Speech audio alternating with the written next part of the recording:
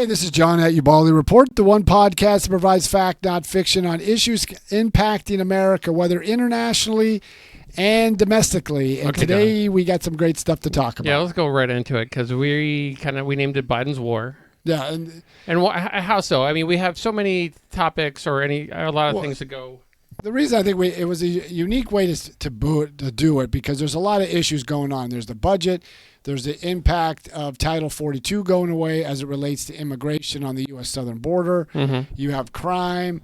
There's just a slew of issues out there, and it seems like everything is converging all at once. And it just seems like the White House and this administration, especially President Biden, it seems like they're behind. They're always reacting to events instead of being more proactive. Why don't we go with something that that's really bothering you before we go into the other stuff? Is that Hunter Biden went to court and there was a lot of stuff considering the family. Yeah, one of the big thing is he went to court in Arkansas, and the judge down there told both sides, his ex.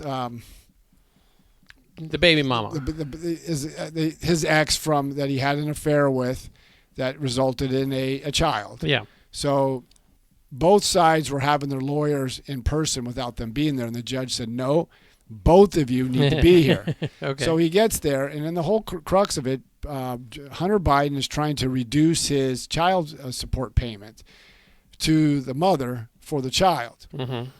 And in this course, he's flying around with the president. They went to Ireland being this rock star. And even before that, he had to be compelled by the courts to take a paternity test to define if this child is his. Well, this child is his. Yeah. That's been decided. Well, now he's trying to limit his child support payments because he says he's not doing too well financially. But he's traveling all the way around with President Biden, his father. He's all over with all the stuff on his laptops. And this is what a constitutional scholar said, Jonathan Turley had mentioned, that he says that the laptop's not his, and the judge threw that out. It's like, wait a minute, we're not throwing that. But then he's like, everything on the laptop indicates that he's making all this money. Mm-hmm. Right, he's making $50,000. He was making $50,000 a month. But right? the point is, I thought it was $80,000. For whatever Burisma, the amount right? is, it's an unseemly a lot of money. Yeah.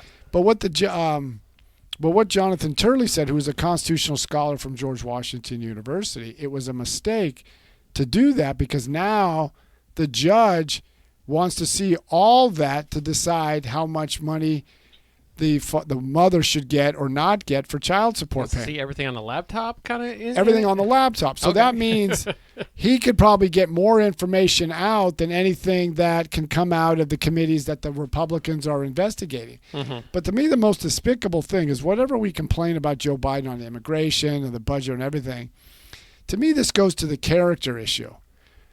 I got it, whatever people think of President Biden, but on this one case, Hunter Biden had an affair with an exotic dancer or stripper. Mm-hmm. This was somebody who was trying to take classes at George Washington University, which is very expensive. Yeah. She has an affair or had a relationship with Hunter Biden. A child resulted from that. Mm-hmm. To this day, that child is 4 years old. And to this day, President Biden has never acknowledged that child. Now, when he was in the Rose Garden, he had a bunch of kids, I think a couple days ago, and they were asking him a bunch of questions. And he says, I talk to all my 6 grandchildren almost every day. Okay, I want to chime in here for a second. Maybe you kind of go a different route. Why aren't they talking to Jill? I mean, the mother... Well, actually, is Jill the mother, Hunter? No. Okay. Jill is Joe Biden's All right, wife. so then, she really doesn't. But the point is, why not that angle? Why not go? Hey, Jill, what about the 6th grandkid? Well, the 7th one. Or the 7th one. That's the point, because in the last 2 Christmases, they show the White House and the Christmas at the Biden's family home. That Jill decorates, yeah. Yeah. They see 6 stockings for all the 6 grandchildren. Don't forget the dog. They see the stocking for the dog and the cat, but nothing for that daughter. Mm-hmm. And Joe Biden, to this day, doesn't even acknowledge he has a 7th grandchild. Mm-hmm. And now Hunter Biden is trying to get the court to ensure that that child doesn't take his name. Now, this is a 4-year-old little girl. So going back just a second, is this little girl the young? Would she be considered the youngest granddaughter? Or is there anybody young? No. Oh, I think there's one more that's younger. Okay, I think I she was would gonna, be one. She's either the youngest or the second youngest grandchild. I was just going to blame his senileness for maybe he doesn't know he has a 6th granddaughter or 7th granddaughter. Okay, if that's the case, that means Hunter Biden never told him. In the second case, why have? But this has been in the news for a while. Apparently, Joe Biden. Hold on. Apparently, Joe Biden does not listen to the news because if he did, he'd be more concerned about getting our gas prices down than. But Jill Biden does. She would know, and it just shows the depravity. Why hasn't the media asked that question? Mm-hmm. And then also, why hasn't the media covered it? Now, think about this: how would the media coverage would have been if Don Jr. or Jared Kushner were fathered a child with an exotic dancer, a child resulted from that, went to court to ensure that child doesn't take his name, doesn't pay child support, and the president, then President Donald Trump, refused to even acknowledge that child as his granddaughter or his son's child. We would have 100 questions, and the media would have been all over that. How would the media would have reacted? It would be field day. It would be Me Too movement 2.0. Okay, but now beyond that, now we're seeing, which is really kind of getting there, is we all heard about the laptop when it was dropped right before the election. They said it was Russian disinformation. Well, there was a testimony by a former acting CIA director, Mike Morrell. He was CIA director or acting twice. Once when Leon Panetta was moved from CIA to be the defense secretary, and the second time is when General David Petraeus resigned because of sexual misconduct. So he was the acting director. Well, he had said that Anthony Blinken, who was a senior advisor to foreign policy advisor to Joe Biden, Anthony Blinken had him put together this letter that gathered up 51 CIA and intelligence leaders to say that the laptop was Russian disinformation. But when he was testified in front of Congress, he said he knew nothing out of it. And then he did a television interview on Monday on Fox News, and he said, I know nothing. I didn't even contact Hunter Biden at all. Well, we have emails in 2015 that there was contact between Anthony Blinken and Hunter Biden while Joe Biden was vice president. So things are starting to show that there is mountains of evidence regarding that Joe Biden did know about these business dealings. And now there was a report that came out today. The new whistleblowers are saying that the DOJ and the FBI have unclassified documentation that says that Joe Biden did know about all this stuff, and there was some type of quid pro quo. You do this, we'll give you this if you do this. And he's not going to see that impeachment, is he? So now, but it's just interesting how the media doesn't cover this, and Democrats are like, well, there's nothing there. Just let's move on. Well, I mean, I know we're talking about Biden, but breaking in, CNN did invite Donald Trump to their town hall. So, I mean, what's that? Well, I think what CNN is doing, the former president of CNN was let go or moved on. I think he was fired, and a new direction was trying to go. They're trying to get CNN back to what it was before. It was news. And when you had Don Lemon was let go after 17 years, you had Brian Stelter was let go, and a couple other ones were let go because they were so anti-Trump. And even Ted Koppel a couple of years ago told the CNN president, I can't think of his name right offhand, the CNN president, he goes, what are you guys going to do when Donald Trump is no longer president? You built your whole business model on anti-Trump. You got to do the opposite of Trump. So what are you going to do when Trump isn't president no more? I feel like it was just more than that. They built everything up to being so anti-Trump that they didn't even care who they put in office, and they shot themselves in the well, foot. but along it's with that. But then they jumped on every salacious story that went against Donald Trump, and all these stories were false, like Russian collusion. How about the latest one about the FBI? All these things they would either not cover or cover, but a lot of these were fake. They even have. Was it Andrew McCabe, who lied and got fired at the FBI. He's on there providing analysis. So their ratings have cratered. I have to have a friend of mine who tracks trends. That's part of his job as a demographer, and he said the money is just cratered, or advertisers have cratered. Mm-hmm. So Lizard said Russian collusion was real, though. No, that's well, maybe hold on. That Russian collusion with a Biden administration? Yeah, maybe. Possibly. But stay tuned. But if she's talking Russian collusion with Donald Trump, there's been no evidence. And as much as people want to say when what's his name? Not James Comey. Robert Mueller did his investigation. They found no evidence of any Russian collusion between directly or indirectly that anybody knew about it or participated between Russia and the Trump administration. Maybe you should address Lizard the Lizard. Okay, is that her name? Yes. Lizard the Lizard. Okay, Lizard. Maybe you should ask Lizard the Lizard to maybe put a link in there of where he did collude. But I've read the whole Russian collusion document that was presented to Congress. There was no evidence. And Robert Mueller, even when he gave his open testimony, said there was no evidence that said anybody knowingly or unknowingly colluded with Russia to throw the election. Yeah. And it's just, but that image keeps getting permeated around. And even Alexander Solzhenitsyn, the famous Russian dissident, who said in 1978, when the media pushes a story that's false, you say it enough times, people will tend to believe it. And I think people believe it now, and it's not true. It's downright false. So going back to like Biden, we're also kind of facing a really, well, we're on the verge of an economic crisis with the debt ceiling. With the debt ceiling.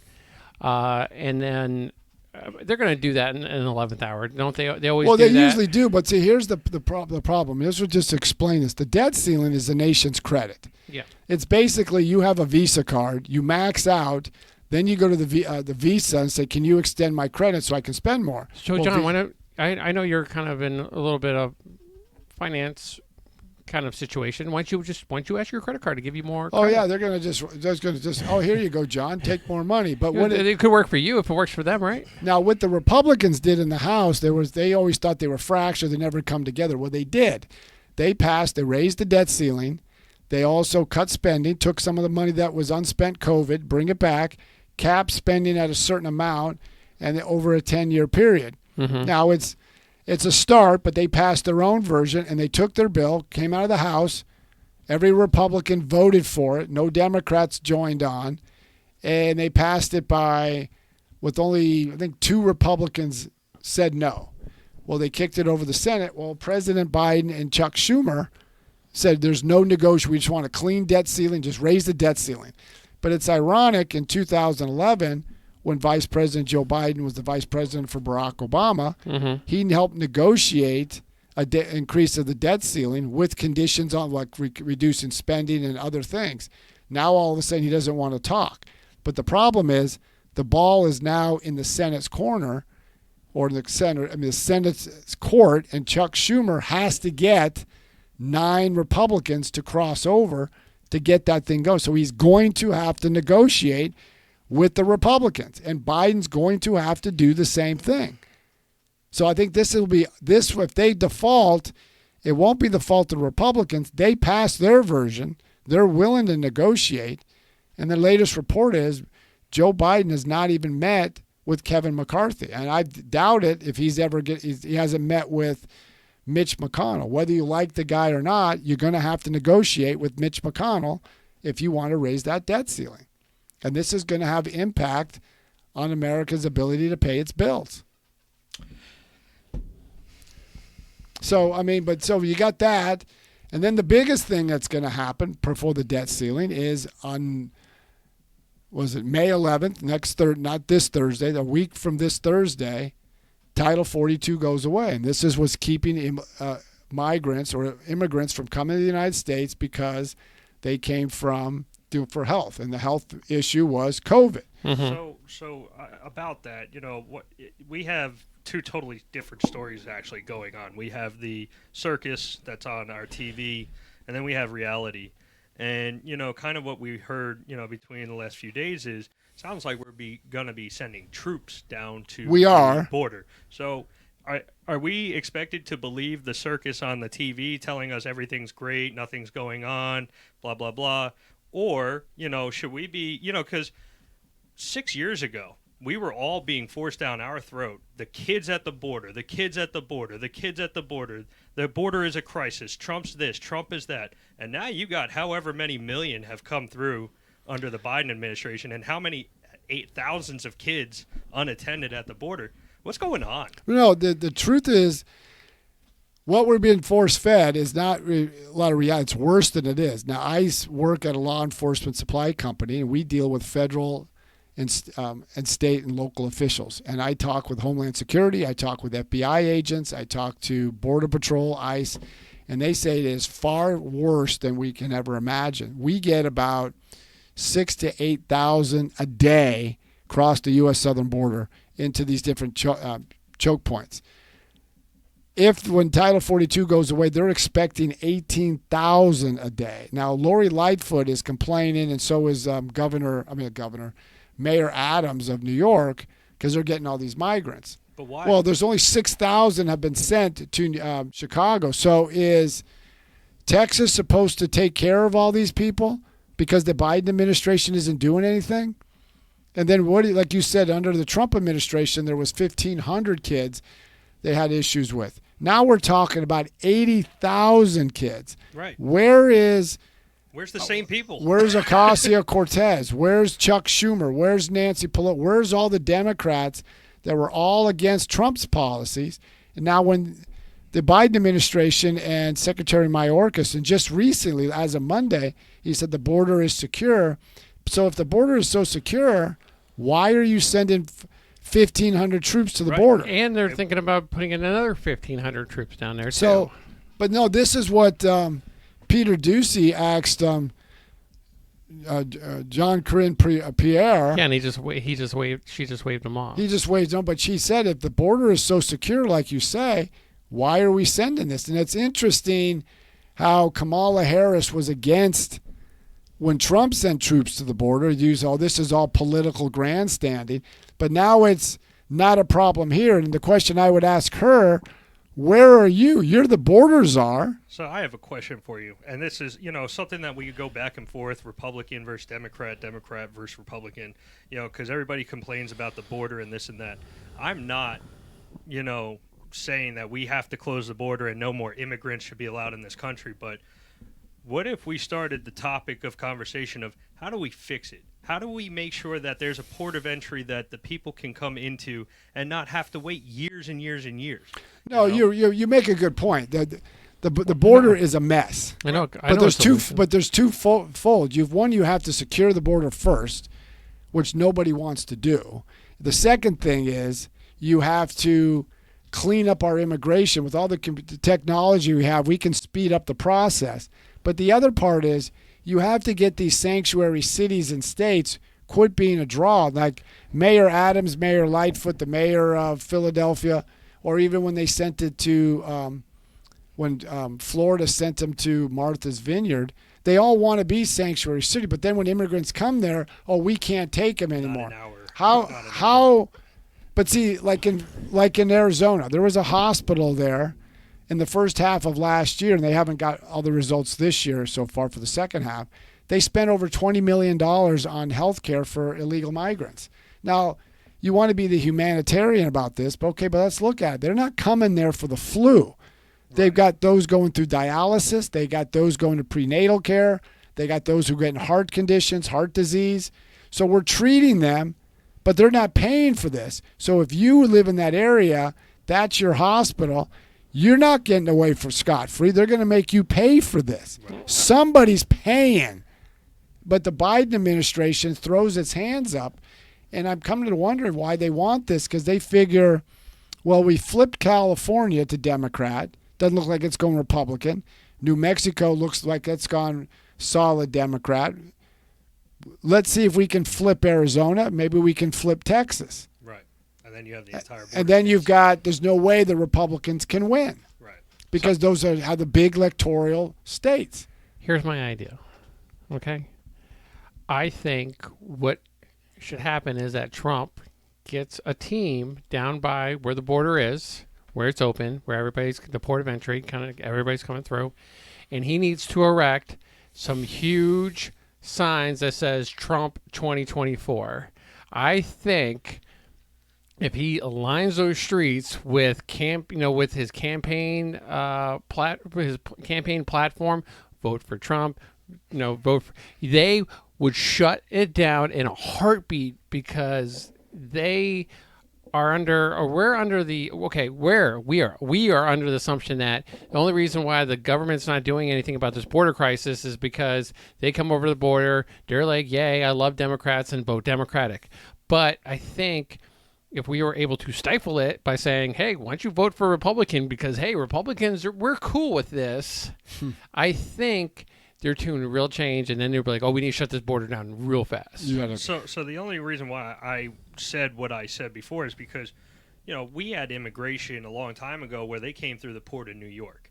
And, if you remember in the history book, history is very important, people would get turned back just for having a cough or a regular cold and stuff like that. So, the part of the reason why I asked these questions is, 100 years ago, it wasn't easy to get in this country, and now we're getting it to the point where you can just come across the border, and you don't have a Social Security, you don't pay taxes, you don't do anything. So you actually had to have a purpose too in order to come over. Working so hard. Okay, but here's the other part of the immigration waves that you're talking about, which started in the 1840s with the Irish, and then you had Southern European, you had Eastern European, the Scandinavian wave. And even my father, who was an immigrant, he came to America in 1947. My dad only had a 5th grade education. Yep. He came to America. Most of America had the same educational background as my dad. So he worked in construction, or you can work in manufacturing, make a good living, raise a family, buy a home, and do that. Today, we're in such a we got the most modern economy in the world. These immigrants are coming over here, have very little skills, very little education. What type of jobs are they getting? So how are they going to, we all know it's not easy, even working minimum wage, to make ends meet. You got to have a place to stay. You got to have a place to live. You got to have a place to do all this stuff. So then they come to the United States, and then they get pushed into the school system. Well, property taxes pays for a lot of the school's budget. Right. Well, if these people come and are not paying that means somebody else is paying. But the other problem is it's a two-tiered approach. The reason why most of the immigrants who came from Europe don't come from Europe anymore, because Europe has a modern economy which is creating stability, and there's jobs. Before there wasn't. We haven't addressed the root cause, as Joe Biden and especially Kamala Harris want to talk about. Mexico isn't doing anything. Like, I've talked to many DEA agents. These are Drug and Enforcement Administration. Same with ICE.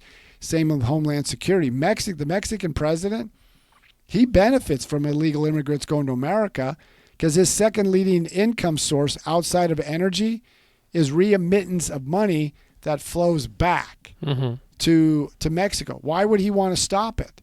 Right. And what is Mexico doing to help its own people? What is Central America? Look at Cuba. Cuba's a disaster. Couldn't we kind of just shut that down if America's like, okay, Mexico, you belong to us now?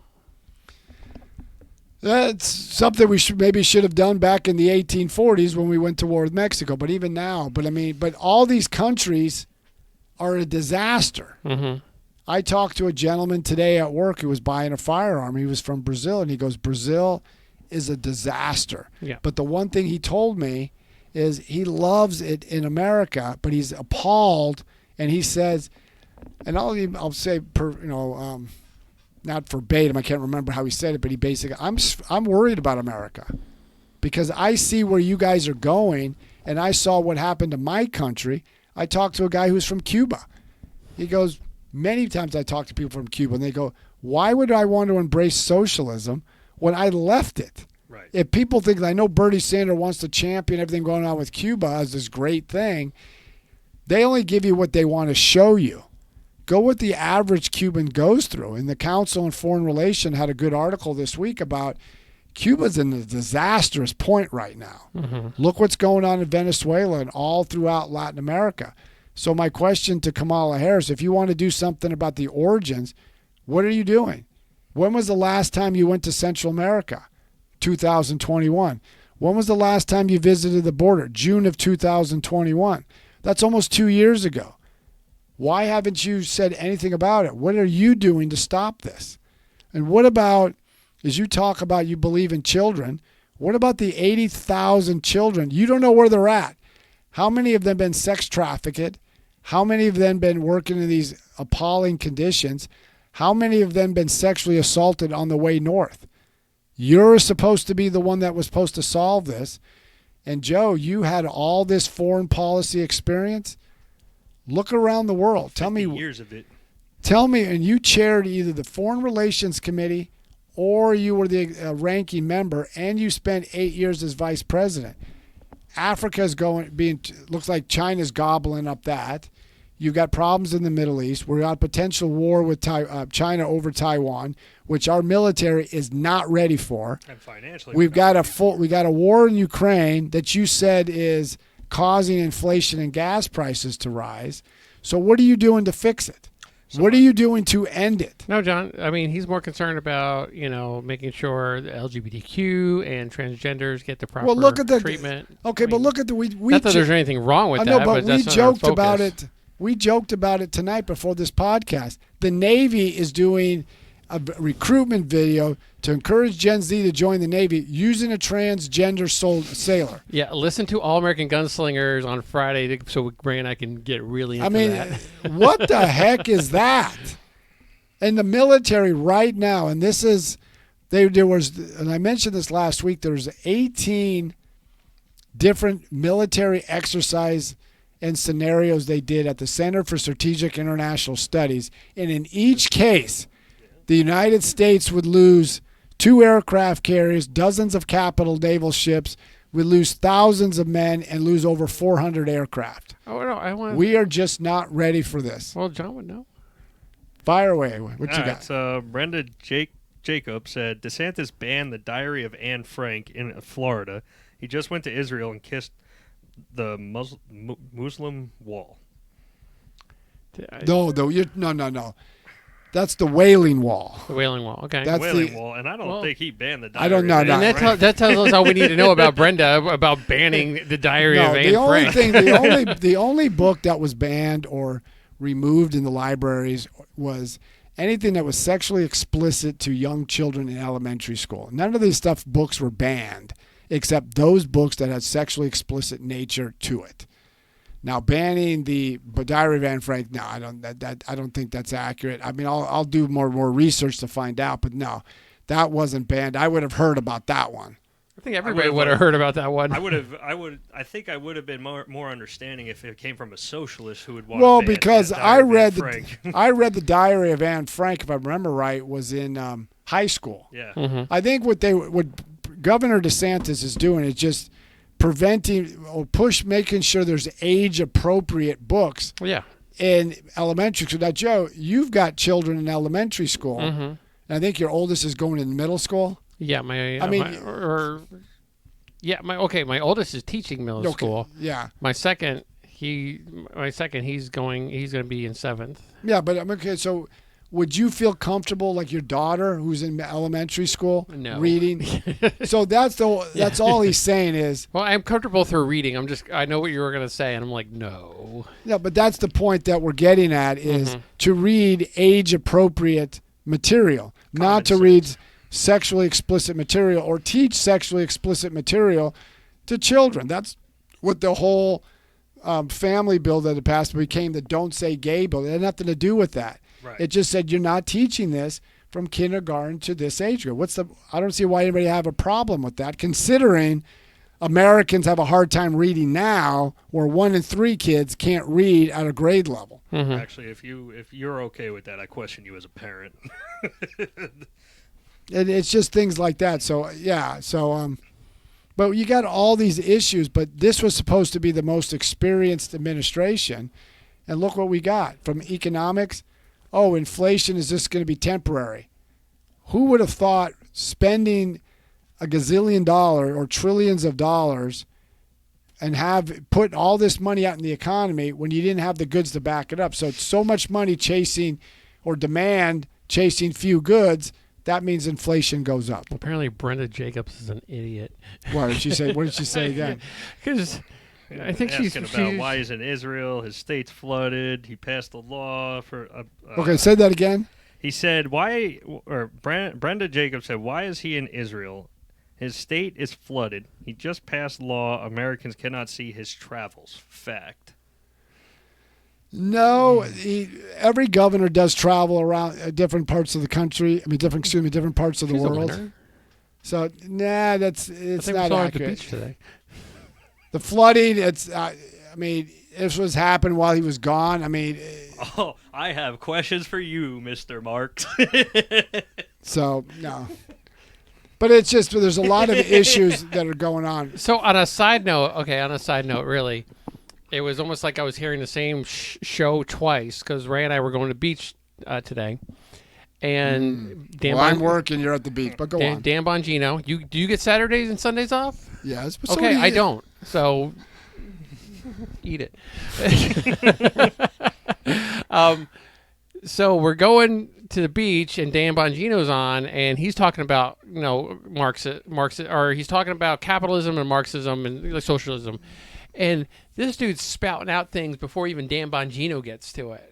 About how it's idiocy, and and I'm like hearing the same thing on repeat, but it's coming out of Ray's mouth first, and I'm just like, how does this guy know all this stuff? So that was just that. But John, if they want to get a hold of you, how can he go ahead and do so? Well, they can get a hold of me by going to Ubaldi. Did you end your live?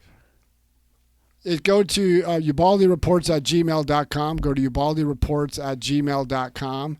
Or you can check us out on various social media accounts and just look up Ubaldi Reports. But it looks like I was removed off of TikTok. Yep. For what? Saying Marxist? Whatever it is. But that's it. So if you want to check us out, keep checking us out.